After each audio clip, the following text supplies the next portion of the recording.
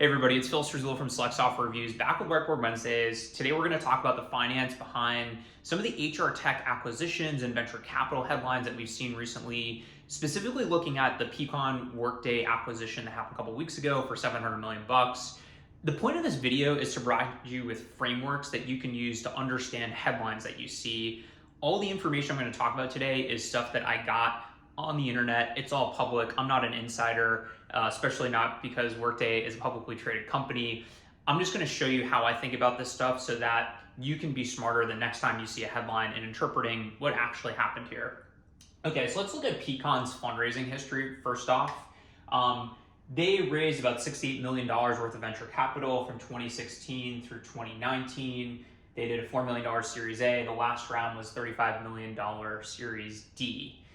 And when I look at these numbers, what I typically do as a rule of thumb is assume that the investors are taking about a 20% stake in the business every time they invest the money. So when they raise their $4 million Series A, $4 million is 20% of the post-money valuation of this company. So 4 times 5 is $20 million. And so as we can see, with increasing levels of venture capital raise, this valuation went up and up and up until it got to around 150 million bucks. We'll just use round numbers here, but 35 over 150 is more or less 20%. And this kind of makes sense from another framework beyond the 20% framework, which is the employee count framework that I typically use to understand businesses. So in 2019, peakon had about 150 employees. If you assume that each of them make about $100,000 a year and the business is running at break even, they're around $15 million of revenue, and they're trading at about a 10x revenue multiple with the valuation. Now, a 10x revenue multiple was kind of standard back in like 2010.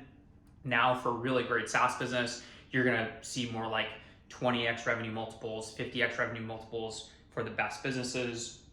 This is a European-based business, so the multiple is going to be lower because there's less interest in European-based SaaS companies versus Silicon Valley. And so with this $150 million valuation number, maybe they were really doing more like 8 or 9 million of revenue and losing a bunch of money, and so they had more like a mid-teens sort of valuation number.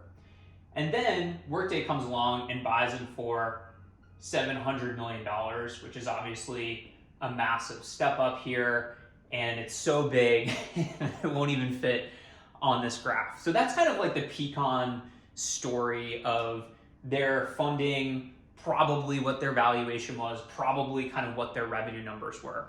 And so when I look at this, I see this acquisition number, and it was also rumored to be all in cash, payable upon closing the acquisition in the next couple of months. And I think this was probably a really successful exit for the founders, for the employees, and for the VCs, because it is way far and above the last round of fundraising, and all of these were sort of up and to the right. There weren't any down rounds here with all this sort of weird anti-dilution provisions. If you're interested in what that is, look it up or shoot me an email.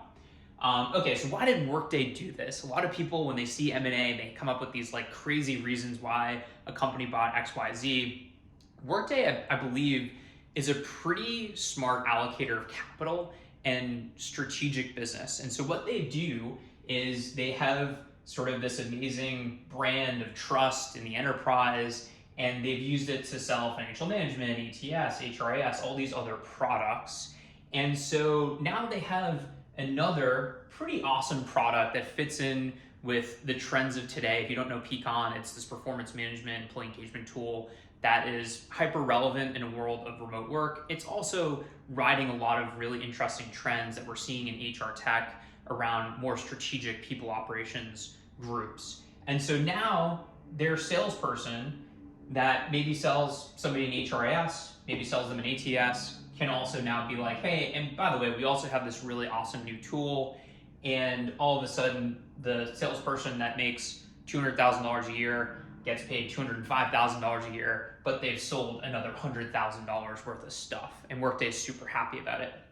The other kind of interesting thing that's happening here, beyond the ability to cross-sell peakon into their existing client base and into new customers, obviously, is that Workday is a publicly traded company that has lots and lots of recurring revenue and therefore is able to raise capital very cheaply. So Workday has $2.5 billion of cash on their balance sheet, just kind of hanging out, waiting to be deployed. And a lot of that comes from the debt that they have. They have about $2.2 billion worth of debt, which they pay an insanely low interest rate on, especially in today's low rate environment. Let's just pretend it's like 5%. They also have a currency that's very valuable in terms of their stock. Their stock trades about 12 times revenues. A lot of times the $700 million number will be a little bit of stock, a little bit of cash. In this case, it's all cash.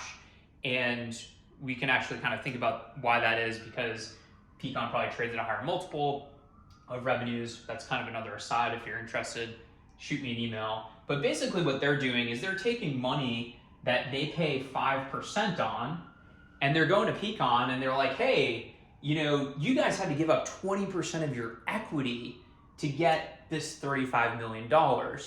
And so if you kind of price that out, they got $35 million, they gave up 20%, ended up being $140 million just 2 years later.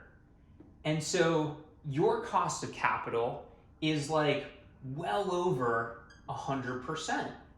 So we can come in and we can use our money that we get at 5% and we can buy you out, even if it's at kind of a high price, because otherwise you're gonna have to go back and raise money at a very dilutive price because you have such a small base of revenue versus Workday's that's way up here.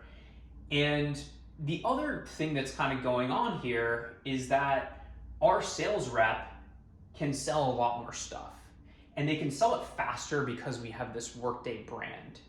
And so the last kind of point that I'll make here, which I think is why there's so much tech M&A happening, we'll actually do another Whiteboard Wednesday video about this in a couple of weeks, is there's basically like a cost of capital arbitrage where, from Peakon's perspective, when they pay a sales rep like $200,000, they need this sales rep to generate a tremendous amount of value. Otherwise, they can't keep growing at these rates. They can't keep their investors happy. And the CEO gets fired, the management team turns over, they have to raise a down round, it dilutes everybody. There's all these like horrible things that happen if they are not able to meet this super high cost of capital hurdle. Whereas for Workday, they can pay people a whole lot more as a percentage of the value that they're bringing, and they can still make their investors really, really happy and continue to grow simply because they're a more established business that's able to raise capital at a much cheaper rate. So my hope is that there's a couple of frameworks in there that are useful for you. There's this sort of 20% framework. Hey, they raised $4 million. They're probably worth around $16 or $20 million post-money valuation. There's also the employee sort of thing here where you get 150 employees. Let's say they all make 100 grand a year. You're running break even. Well, most of these businesses are actually losing money. So maybe the actual revenue number is like high single digits millions. And therefore we can kind of infer a revenue multiple. And then of course this cost of capital arbitrage, which is really the thing that drives a lot of the M&A in the world. And in particular, I think the HR tech space, there's a few unique things about this space that we'll talk about at a later video.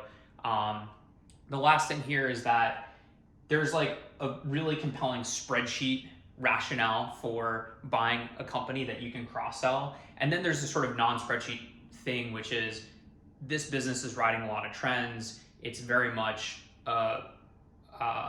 doing well during COVID, as well as just sort of like the next generation of people operations and what smart people teams are doing.